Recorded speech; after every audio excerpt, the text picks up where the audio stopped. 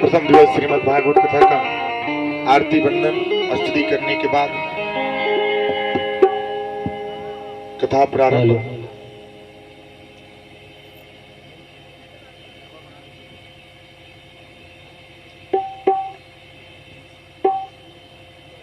जो सृष्टि के रचयिया है, इस संसार के उत्पत्ति कारक हैं, जो समस्त पाप को नष्ट करते हैं, अंधकार को दूर करते हैं, हम उस परमपिता परमेश्वर को प्रणाम करते हैं।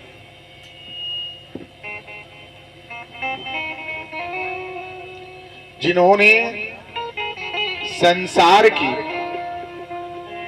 उत्पत्ति किए, हम सबको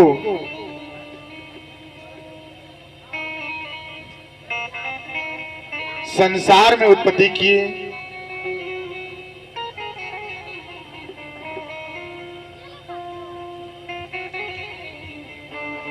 हम उस परमपिता परमेश्वर को प्रणाम करते हैं।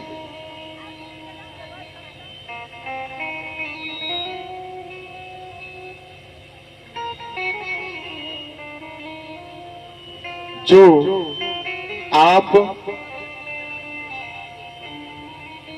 वंदन स्तुति ध्यान करते हैं, किनका वंदन करते हैं, किसका ध्यान करते हैं? कोई तो एक होना चाहिए जिसको आप मानते हैं। वो कौन? वही परमपिता परमेश्वर जिसका नाम आप लोग जप करते हैं, ध्यान करते हैं।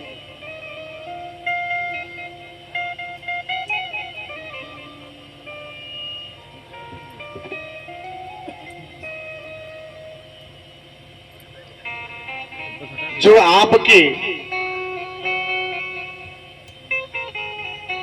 जन्म से पहले भी हैं, जन्म होने के बाद भी हैं, और जब आप नहीं थे तभी वो थे।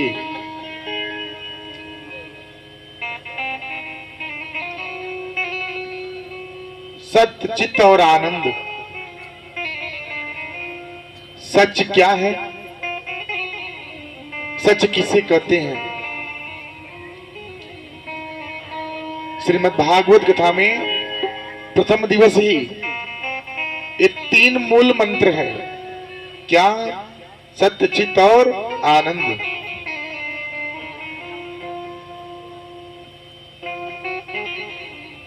जो मैंने कहा कि सच क्या है, सच किसे कहते हैं, सच की परिभाषा क्या है? सच कहाँ है बताइए? सच जानते हैं तो बताइए, सच किसे कहते हैं?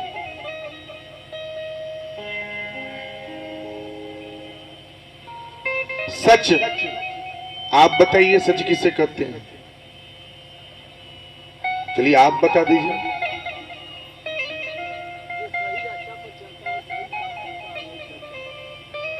चलिए ठीक है। सच, सच वो है जो आपके जन्म होने पे भी वो है, जन्म जब नहीं था तभी वो थे, जब जन्म हो गया तभी वो है, जब नहीं थे तभी थे, जब आप आ गए तभी वो है। वही सच है परमपिता परमेश्वर। वही मूल है। श्रीमद् भागवत कथा में मूल वही है जिसके नाम से आप जप वंदन स्तुति करते हैं, ध्यान करते हैं, वही तो मूल है।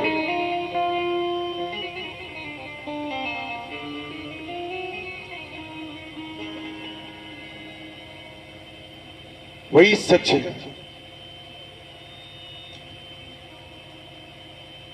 सच एक बालक हो, एक नन्हे मुन्ने बालक को ले लीजिए, 5 वर्ष का बालक, 2.5 वर्ष का बालक हो, 3 वर्ष का बालक हो, उसके सामने आप 10,000 रुपया रख दीजिए और एक साइड में, एक किनारा आप खिलौना रखिए। वो बालक क्या लेना पसंद करेगा? खिलौना या पैसा? बताइए। खिलौना। क्योंकि उस उम्र में वो पैसे का मोल नहीं समझता है। उस उम्र में खिलौना उसको ही सबसे बड़ा धन है। तो सच यही है परमपिता परमेश्वर, जिसका नाम वंदन स्तुति आप करते हैं। चित्त जो आपके, जिसके नाम के गुणगान करने से आपके मन की मैल धुल जावे,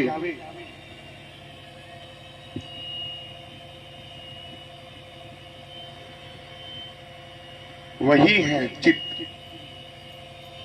आनंद जिसकी खोज करने के लिए जिसको ढूंढते हैं आप, आनंद कहाँ है?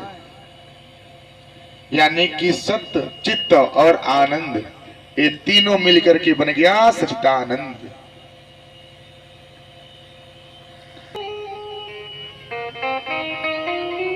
कहाँ ढूंढते हैं, किधर जाते हैं? हम तो आपके पास ही विद्यमान हैं, लेकिन हमको कोई नहीं देखता। जो हमको देखता है उसके ऊपर कभी दुख नहीं पड़ता।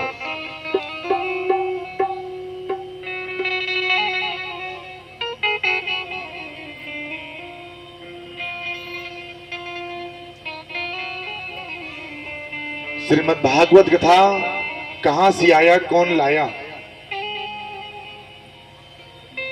जो भावे, जो गति को प्रदान करे,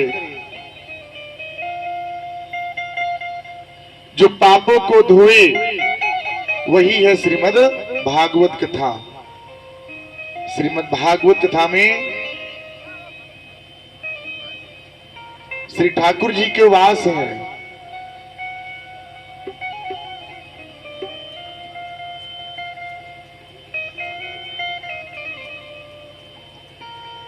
श्रीमद् भागवत कथा में हर एक शब्द में ठाकुर जी की वास है।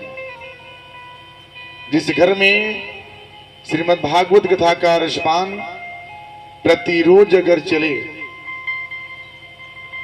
प्रतिरोज अगर अपने घर पे ही पारायण करता है, पाठ करे, तो उस घर में कभी दुख दरिद्र नहीं होगा।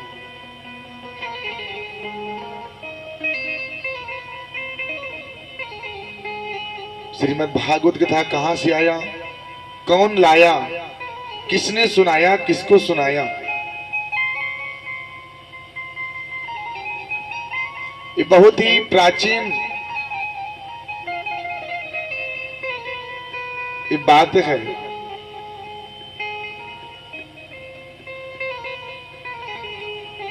ये ऋषि मुनि के द्वारा, इस सनकादि ऋषियों के द्वारा एक कथा प्रचार होता है। जब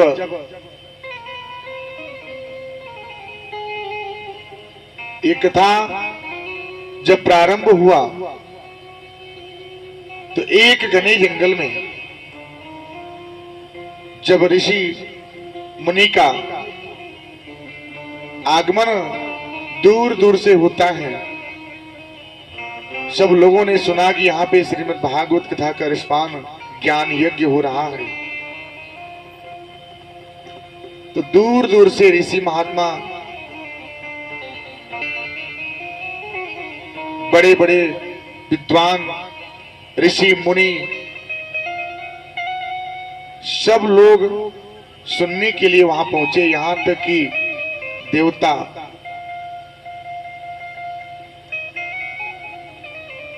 देव, मुनि, देवी, सब लोगों ने ये कथा का श्रवण करने के लिए ऋषि महात्मा के पास वहां पे पहुंचते हैं। नारद जी का सर्वप्रथम कथा वहां पे श्रवण होता है।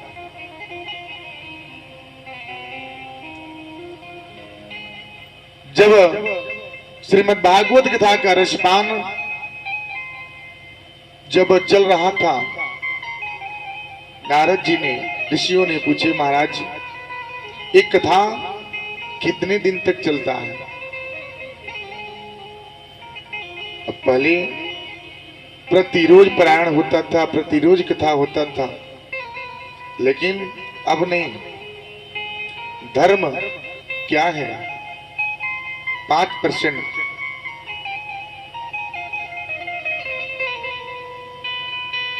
5% ही धर्म की मार्ग पे धर्म कार्य चल रहा है। 100 में 2 व्यक्ति है जो ध्यान करके श्रीमन लक्ष्मी नारायण भगवान जी का पूजन अर्चन बंदन करते हैं। नारद जी ने प्रश्न तो कर ली है,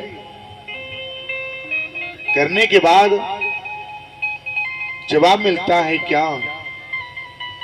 एक कथा तो कई महीनों महीनों तक प्राण होता है, लेकिन कलयुग में साप्ताहिक का विधान होता है। प्रथम दिवस, द्वितीय दिवस, पंचम दिवस से लेकर के सप्ताह, 1 सप्ताह तक पारायण चलता है। जिस दिन कथा का पूर्णाहुति होता है, उस दिन स्वयं लक्ष्मी नारायण भगवान जी का आगमन होता है और उस परिवार में सुख शांति प्रदान करते हैं।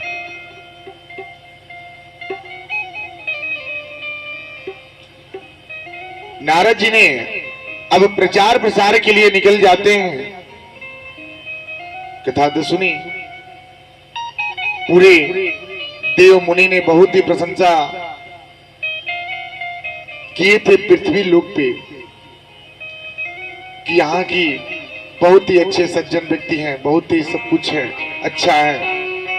नारद जी प्रसन्नचित होकर के ये जन कल्याण के लिए पृथ्वी पर भ्रमण करते हैं। करने के बाद ध्यान से सुनिएगा, प्रथम दिवस है, थोड़ा सा समझने में कठिनाइयां होगी, क्योंकि प्रारंभ ही कठिन होता है। जब मार्ग बन जाएगा ना, तो हजारों व्यक्ति उस पे जाते हैं, कोई फर्क नहीं पड़ता। जब शुरुआती जब प्रारंभ होता है ना, तो उसमें कंकड़ पत्थर बहुत लगते हैं। जब वही कंकड़ पे, पत्थर पे जब फर्श हो जाता है, तो चलने के लिए आसान हो जाता है। उसी तरह प्रथम दिवस की कथा, इसको समझने में आप जब उत्पत्ति कारक नहीं समझेंगे, कौन लाया, कैसे लाया, तो कथा कैसे श्रवण करेंगे? वही नारद जी अब प्रशंसा सुन करके पृथ्वी लोक पे आते हैं और आ करके उन्होंने देखा क्या कि एक स्त्री जो थी, एक स्त्री विलाप कर रही थी। विलाप यानी रोना, रो रही थी।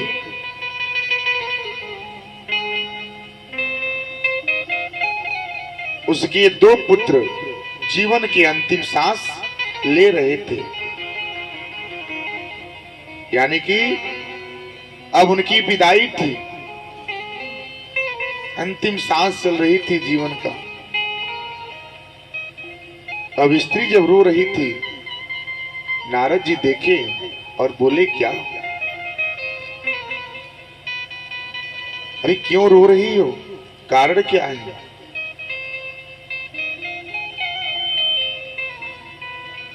स्त्री कुछ नहीं बोली, फिर भी रोती रही। नारद जी थोड़ा और करीब गए, बोले कि अरे क्यों रो रही हो?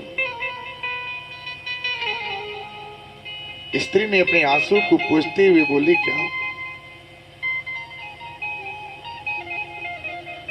मेरा रोने का कारण मेरे दो पुत्र जो हैं ये जीवन की अंतिम सांस ले रहे हैं।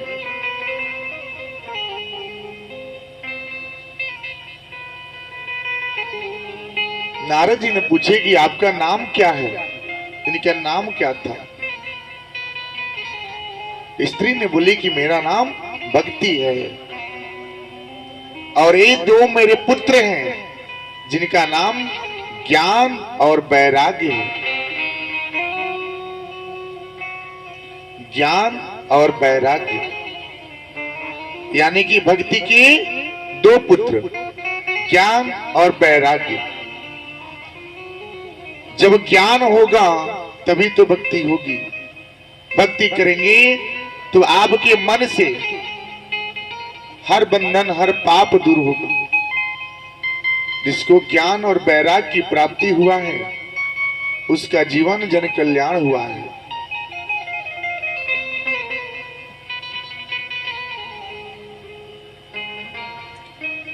आप किसी एक को देखिए जो बड़े विद्वान हैं, उनको देखिए,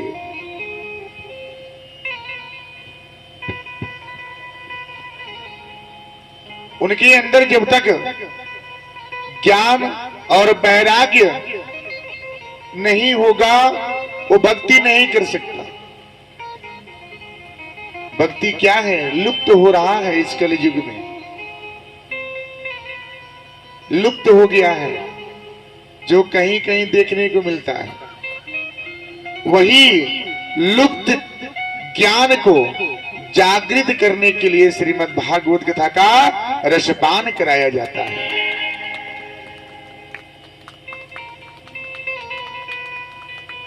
ज्ञान और वैराग्य भक्ति के दो पुत्र हैं। भक्ति तब होगा जब आपके पास वैराग्य होगा, ज्ञान होगा। जब उनके शरण में रहेंगे, कृत्य करेंगे, उनका नाम जप करेंगे तो आपके मन में कृष्ण कन्हैया लाल का वास होगा। एक ब्राह्मण देवता थे, उनके पास इतना धन,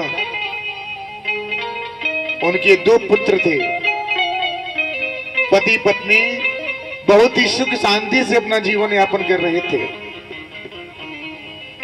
दो पुत्र थे, लेकिन उनके पास ज्ञान नहीं था।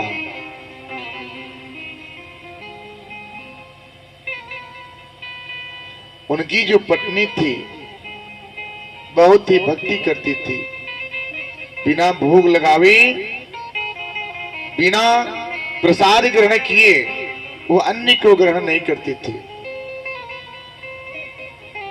एक दिन की बात है, वही ब्राह्मण देवता आए और अपने पत्नी से बोले कि क्या करती हो, क्यों ऐसा करती हो?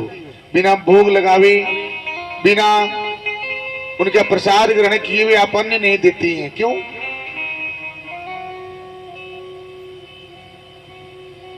उनकी पत्नी ने बोली, महाराज समय आएगा तो हम जरूर बताएंगे।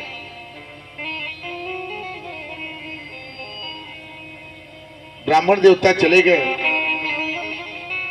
कुछ समय बीता, पुत्र बड़े हुए,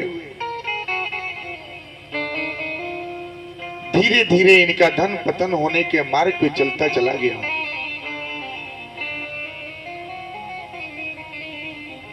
तभी उनकी पत्नी जो थी वो भक्ति करना नहीं छोड़ रही थी।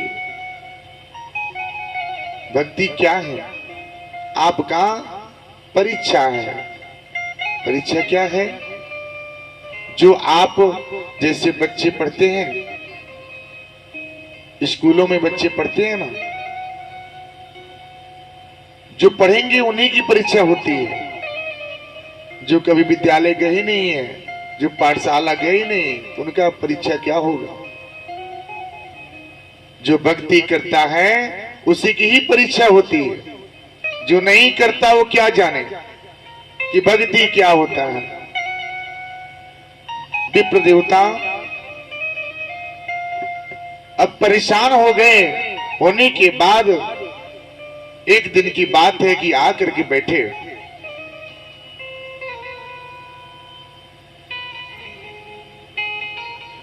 उनकी पत्नी जल लेके गई, बोले क्या कि इसे इज्जत ग्रहण कर लीजिए।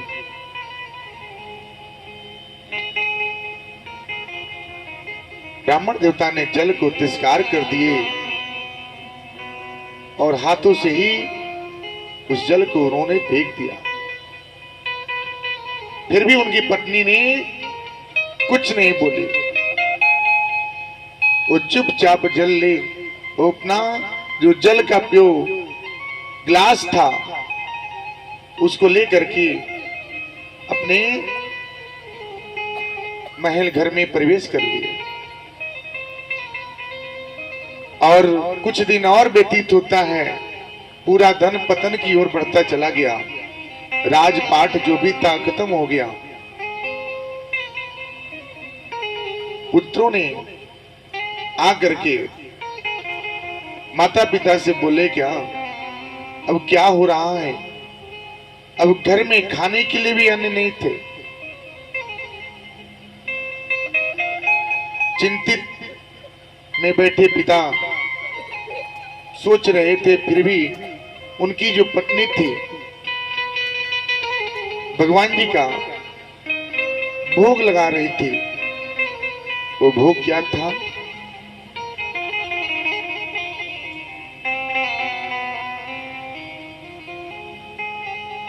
वो भोग क्या था? ध्यान बंधन स्तुति करने के बाद कृष्ण कन्हैया लाल जी को वो भोग अर्पित कर रही थी। उनके पति देव वहां पे गए और बोले क्या तुमको इसका लगा है और घर में एक अन्न नहीं है। पत्नी मुस्कुरा के बोली क्या ये सब प्रभु की माया है। वो जैसे करेंगे वो भी अच्छा है। धन नहीं है तभी अच्छा है, होगा तभी अच्छा है। फिर भी उनको कुछ फर्क नहीं पड़ता है।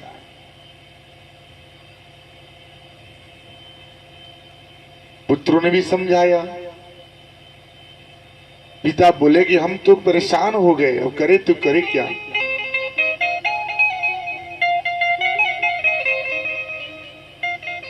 कुछ समय व्यतीत हो गया। अभी आकर के बोले कि अब बंद कर दो, अब तो क्या भोग लगाओगी।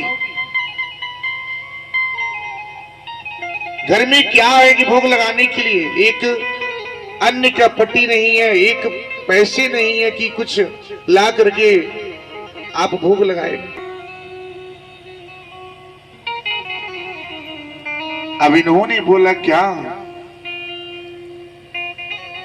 कान्हा के भजन में हम लीन अब होएंगे। कान्हा की अर्जी होगी वही हम पाएंगे। कान्हा के भजन में हो जाएंगे। कान्हा की अर्जी होगी वही हम पाएंगे। कृष्ण कन्हैया जी की भक्ति करेंगे और उनकी अर्जी होगी वही हम पाएंगे। कृष्ण कन्हैया जी की भक्ति करेंगे। उनकी अर्जी होगी वही हम पाएंगे। राधे श्याम राधे श्याम राधे श्याम करिए। जागी प्रीति राधे श्याम